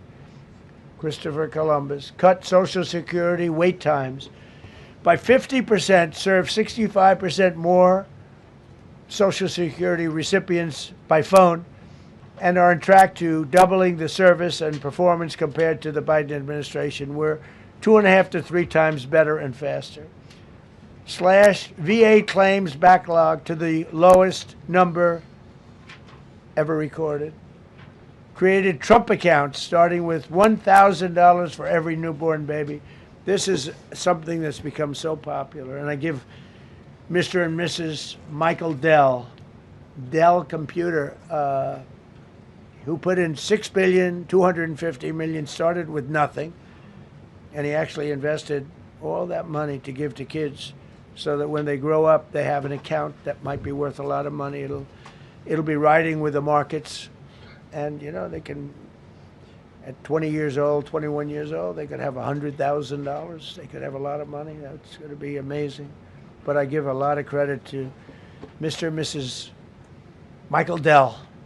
Signed AI executive order to ensure the United States dominates the future of artificial intelligence. So we're leading China. We're leading the whole world.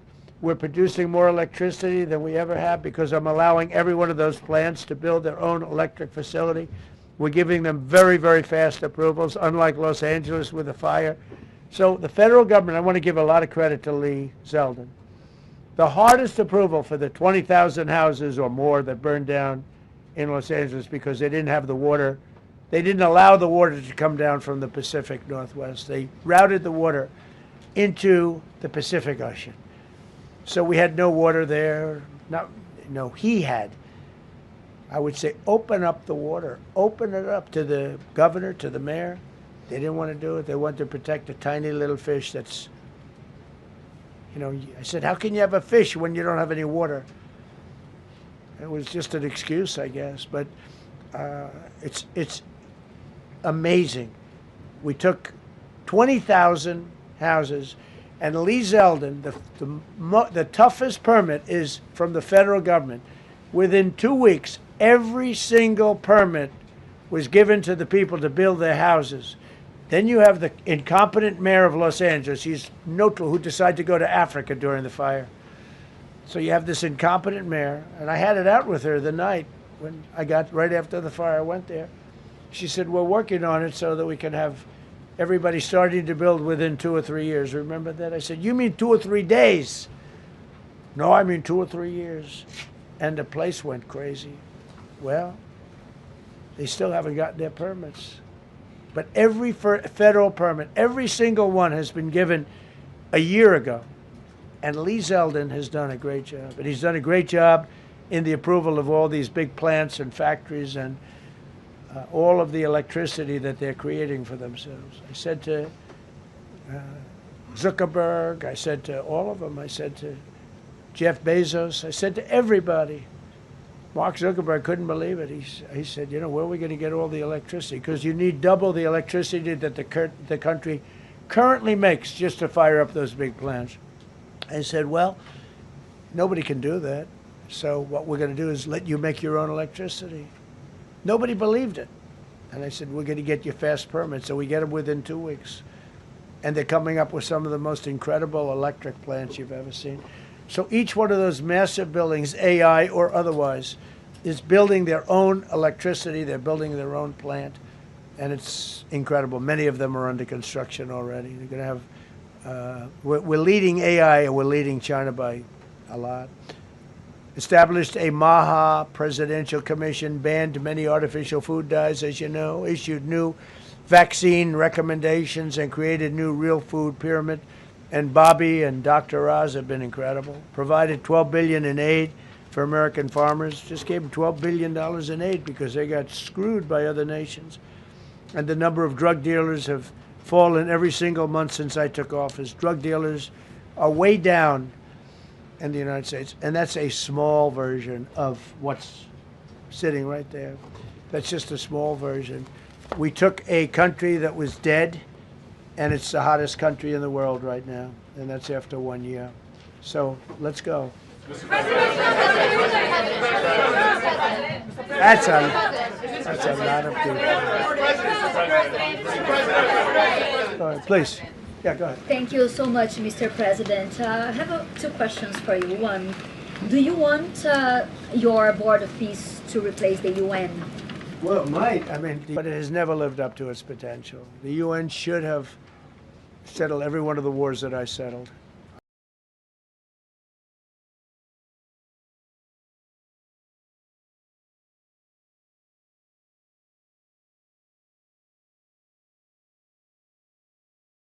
I never went to them. I never even thought to go to them.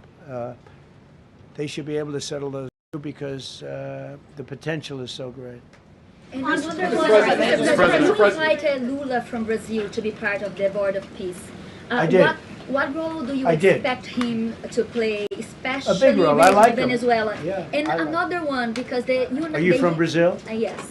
The EU and Mercosur just signed a trade agreement this weekend, which is going to be the biggest trade zone, free zone in the world. Right. At the moment, you are talking a lot about tariffs. What is your reaction to that? So 2 questions, Lula. Well, look, I just think this. I think we have trade like we've never had before. We're doing better in trade than we ever have before. We're not being ripped off by every country in the world like we were before. We're doing numbers that nobody's ever thought possible. We're the richest we ever were. It's because of tariffs and the proper use of tariffs, and we're also the most secure. As an example, Iceland, without tariffs, they wouldn't even be talking to us about it. So we'll see what happens. I think it's going to work out quite well. Yeah, right behind. Thank you, Mr. President. How would you characterize your relationship with Emmanuel Macron and Keir Starmer right now? And have you spoken to them since your Truth Social post last No, I haven't, but I think I get along very well with them. I mean, they always treat me well. They get a little bit rough when they're, when I'm not around. But when I'm around, they treat me very nicely. And, I like both of them. They're both liberal. they've got to straighten out their countries. You can't, London is having a lot of problems, and if you look at Paris, got a lot of problems. They have two problems: immigration and energy. They got to stop with the windmills, and they got to go back like UK has an unbelievable asset called the North Sea. Norway uses it, makes a fortune. They have a better section of it, and they don't do it. They could straighten out their countries, and it would be good. But I get along very well with them. You told Norway's prime minister. Are you from Norway? No. You look like you would be from Norway. But she looks like she's from Norway. Go ahead. You told Norway's prime minister that you not winning the Nobel Peace Prize made you feel less obligated to think purely of peace. Well, I lost a lot of respect for Norway. And I believe very affect... strongly that Norway controls the Nobel Prize. But you have to understand, I settled 8 wars. I've had every one of those wars, every participant wrote, I didn't ask them to do it. They sent in strong they make recommendations for that. But I settled 8 wars. No president's probably ever settled 1 war. I don't know, think of it. I did 8. The reason I do it is because it's easy for me to do. And I didn't do it for a Nobel Prize. I did it because I'm saving a lot of lives. I'm trying to settle the final one. I'm trying to do Russia-Ukraine. And when Russia's ready, Ukraine's not. When Ukraine's ready, Russia's not. But they're losing 25,000 people a month on average. And I'm trying to get that one done. But no, I feel that Norway has tremendous control over who gets the Nobel Prize, despite what they say. How far are you willing to go to acquire Greenland? You'll find out. Mr. President, Kevin Hassett has said that those $2,000 tariff rebate checks would be up to Congress to decide whether or not to disperse that. Do you agree with Kevin Hassett on that, or do you think you can do that unilaterally? No, I don't think we would have to go the Congress route, but we'll find out. The reason we're even talking about it is that we have so much money coming in from tariffs that we'll be able to issue at least a $2,000 dividend and also pay down debt for the country. But we'd do a $2,000 dividend to the people of our country. Would probably set a limit of, income limit where it made sense. But we will be able to make a very substantial dividend to the people of our country. I believe we can do that without Congress. Last night on Truth Social, you said that the British plan to hand the base at Diego Garcia over to Mauritius and then rent it back was an act of great stupidity. Previously, you backed that deal. Is it now your position that the deal should not go ahead? I think that they, when they originally were going to do it, they were talking about doing some concept of ownership. But now they're looking to essentially just do a lease and sell it. And I'm against that. It's a reasonably nothing like Greenland, but it's a reasonably important area of the globe. Not to anywhere near Greenland, but I think they should keep it. I don't know why they're doing it. Do they need money? Mr. President, with your support to the Syrian government, most probably you avoided another civil war and a bloodshed in Syria, especially after the fall of the regime. I did a good job. And, the Syrian government the last 2 weeks had to use some force to implement its force on specific areas. And well, with to keep the prisoners, the terrorist prisoners, which are some of the worst in the world, at bay. So they were able to keep that. He's working very hard. The president of Syria is working very, very hard. Strong guy, tough guy, pretty rough resume. But you're not going to put a choir boy in there and get the job done. I spoke with him yesterday because we were talking about the prisons and what was going on. We have some of the worst terrorists in the world in those prisons, and he's watching them. Syria, sir. Mr. President, Gavin Newsom is going to be at Davos if he's not already there. You're probably going to run into him. I presume that this is for him to raise his platform for 2028. But what do you anticipate his foreign policy platform is going to be? I don't know. I mean, I don't know that he's going to be the nominee. I know this. I had a very good relationship with Gavin Newsom when we were, in office together. I was president. He was the governor of California. We had he would talk about it often, and somewhere we just went astray. I just hate the way California is being run. We actually have people leaving. It's never happened before, but I hate the way it's being run. He and I had a very good relationship, really close to the word exceptional. but now we seem not to. Thank you, President Trump. President Trump, you spoke earlier. Mr. President. You've been hearing from allies. Thank you. Thank you so much, President Trump. Cara Castronova from Lindell TV. And you spoke earlier about the 2020 election. Now that Maduro is in U.S. custody and he was criminally charged, has any more information emerged that you could share with us regarding Venezuelan election software and Venezuelan ties to tampering with the 2020 election? And would you consider speaking to Maduro personally in prison in New York to get some answers on Venezuela's involvement with the 2020 election? No, I don't think I would be doing that. I think my lawyers would be very unhappy if I did that. Yeah, they've learned some things. Please. What happens to the tariff threat to Greenland if the Supreme Court comes out and rules against you on the tariffs? And Well, I'll have to use something else. I mean, are look, you willing to use force? you know, take a look at the word license. Take a look at other things. I mean, we have other alternatives. But what we're doing now is the best, the strongest, the fastest, the easiest, the least complicated. Sir, if you move ahead with the Greenland-related tariffs on Europe, you secured almost $1 trillion of commitments from them to invest in the United States. Does that go kaput out the window if that happens? I doubt it. Look, they need that agreement very badly with us. They really do. They fought very hard to get it. So I doubt that, but we'll see what happens. We have a lot of meetings scheduled on Greenland. I'm leaving tonight, as you know, for Davos. And we have a lot of meetings scheduled on Greenland. And I think things are going to work out pretty well, actually. Thank you, Mr. President. Will you still go to Paris for the G7 emergency meeting as offered by President Macron? No, I wouldn't do that.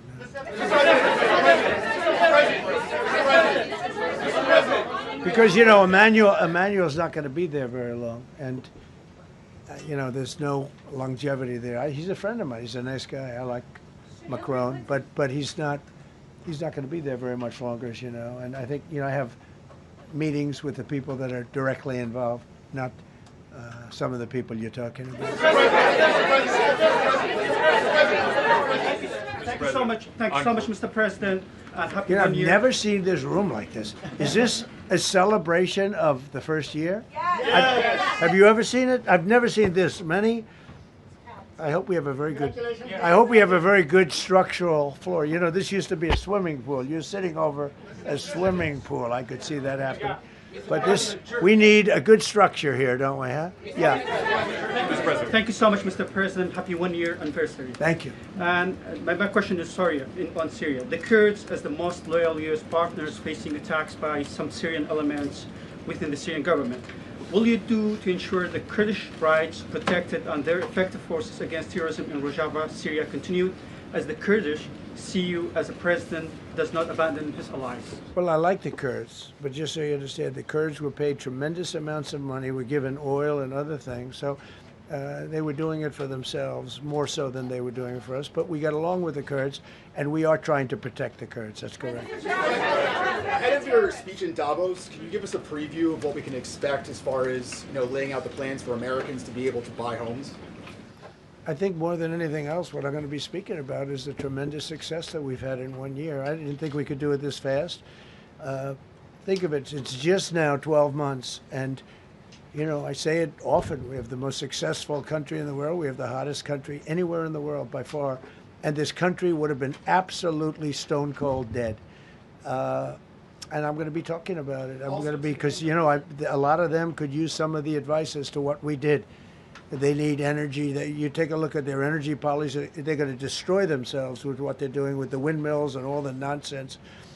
They need energy help badly, or they're going to be in big trouble, and they need immigration help badly. How much longer do you want to go? Call it. I do.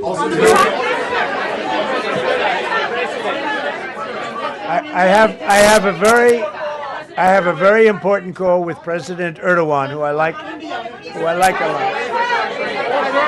All right, one or two more questions. Go ahead. Thank you, Mr. President. During Go your ahead, second, please. Go ahead. One Thank you, question Mr. about President. Red. Yes. Thank you, Mr. President. The red blouse. Go ahead. You talked a lot at the beginning of this about the economy, some positive economic indicators. Polling shows a majority of Americans don't feel the economy is doing well. Are you worried you're making the same mistake as President Biden by No, telling I the hope I don't make the same mistake as him. Look, I inherited a terrible, it's a great question because we inherited a terrible, terrible mess between the border, between all the problems. The whole country was falling apart. And in 12 months, less than 12 months, in 12 months, we have the strongest border we've ever had. We have prices that are much, much lower than they were for the last. We inherited very high prices. We inherited, remember this, inflation was at a historic high. We had never had inflation like that. They say 48 years, but whether it's 48 years or ever, we had the highest inflation, in my opinion, that we've ever had. Prices, because of that, were very high. I inherited, we brought down eggs immediately. Remember the first news conference, they were screaming at me about eggs. I was in the position for 2 days, and we brought eggs down to lower than what they were before. And by the way, they continue that way. We brought the prices down from when I came into office and from what Biden had, way down. We're going to bring them down further. But the job we did is a miracle. One of the reasons I'm doing this today is to explain. We inherited a mess, and we've made it a beautiful, beautiful picture. Think of gasoline at $1.99 in many states. $1.99 a gallon. It was $4.50, $5. In some cases, $6 or $7. We're at $1.99. And energy is so big that with energy, everything else comes down. But the prices are coming way down. And we're going to bring them down further. But we started up here with these guys. We inherited a country that was broken. We inherited a country, and I have a very warm spot. We've done very well with Venezuela. And by the way, that even in itself is going to help us bring down the oil prices. The Venezuelan oil, we've taken 50 million gallons of oil. We've taken 50 million barrels of oil out of Venezuela in the first 4 days. We've got millions of barrels of oil left. We're selling it on the open market. We're bringing down oil prices incredibly. And when they come down, and they've already come down, again, $1.99 a gallon for oil. Nobody thought they'd ever see it. All right, one or two more. Go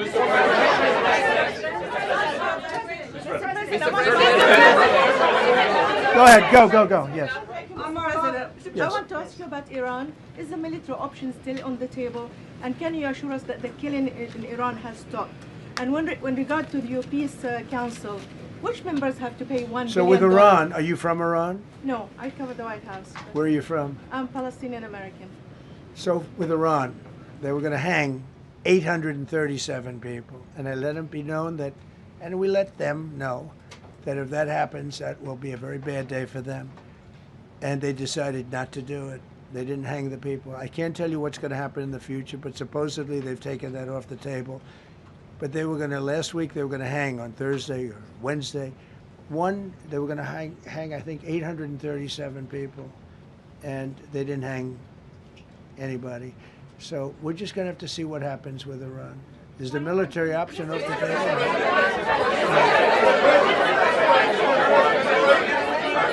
Go ahead. Thank you, Mr. President. Thank you, President Go Trump. ahead, please. Thank you, Mr. President. Go ahead, I'll take your question. Okay, thank you, Go ahead, right here. Thank you, Mr. President. You promised during your second inaugural to always put America first. I'm curious, how would you winning the Nobel Peace Prize improve the lives of average, everyday Americans? Why is this prize so important?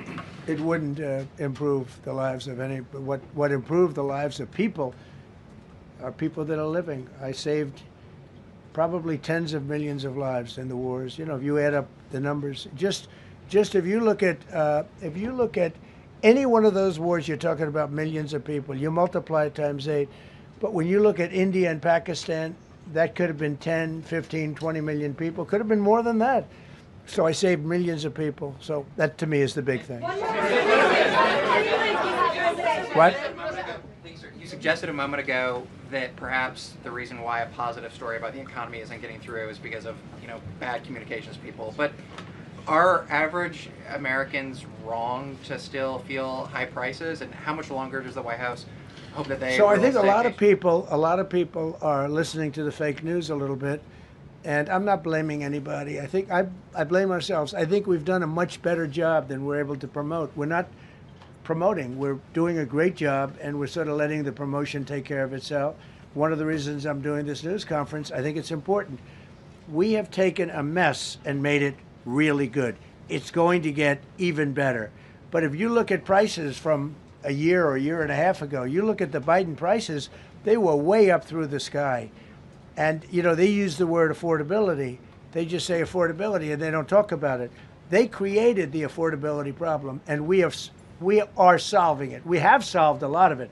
Again, everybody agrees in this room, I think, gasoline prices have come per gallon way down. When that happens, everything else comes down, but they've come down way down. Many of the groceries have come way down. It's all happening, and it's happening strong. But if you go back a year and a half, 2 years, take a look at those prices and look at the prices now.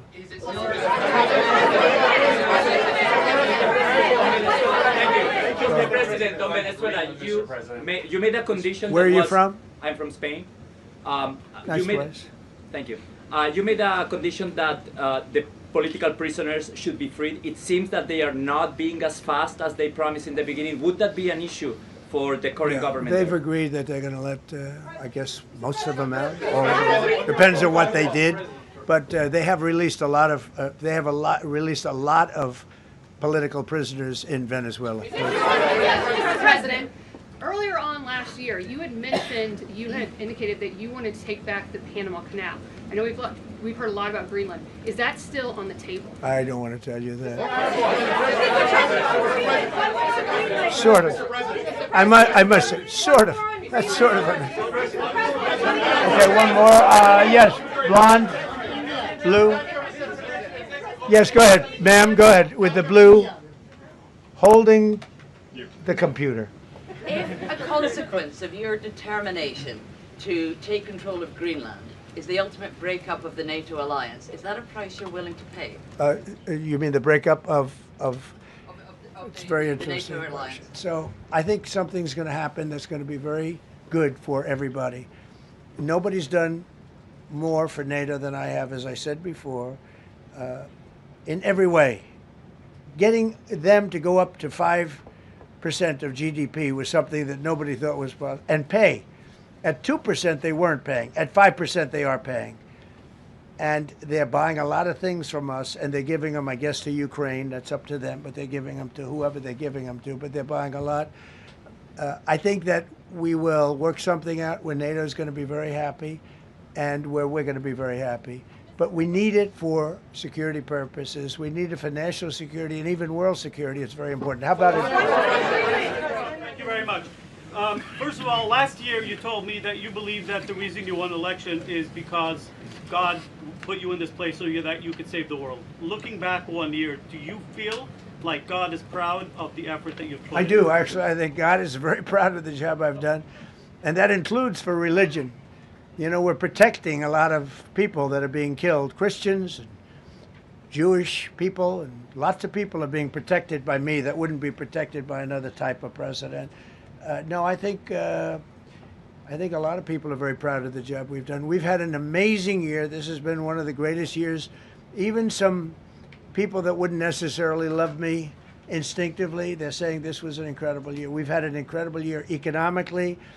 Look at our border. Our border was a disaster. People poured. It was an invasion into our country of a lot of very bad people. Good people too, but a lot of very bad people from prisons and drug dealers and gangs and horrible people, murderers. Thousands and thousands of murderers allowed into our country.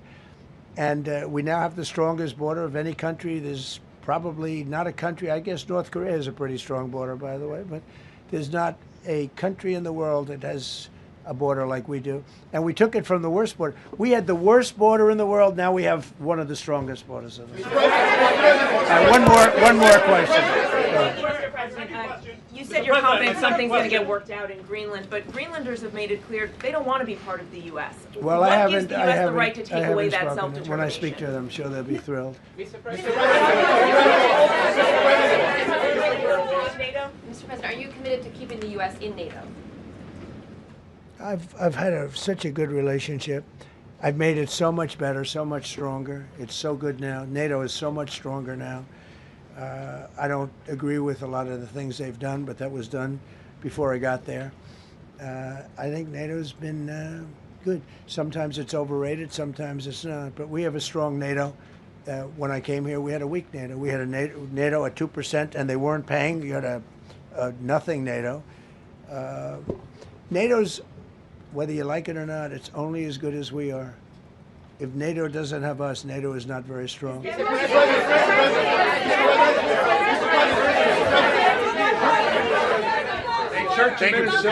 no, behind you, please. Thank you, President Trump. Yes, go ahead. Really appreciate it, sir. We heard a long list of accomplishments from the last year. Could you cherry pick the top 3? And then looking forward, what are your 3 most important priorities in 2026?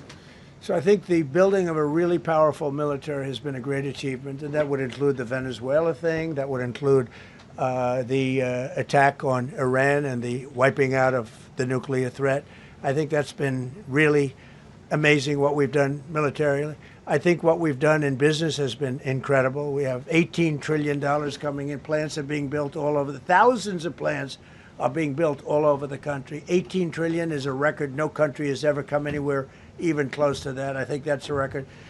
And I think that most favored nations for drugs is something that nobody thought they'd be able to get. Tariffs helped me there because the nations would have never gone along with it if I wasn't able to say, if you don't go along with it, we're going to put a 10 or a 15 or a 20% tariff on your nation. And they went along.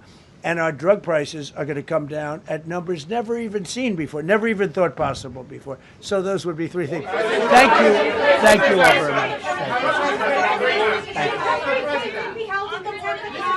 Thank you very much. How much did you pay for Greenland, sir? How was the game? Go Indiana.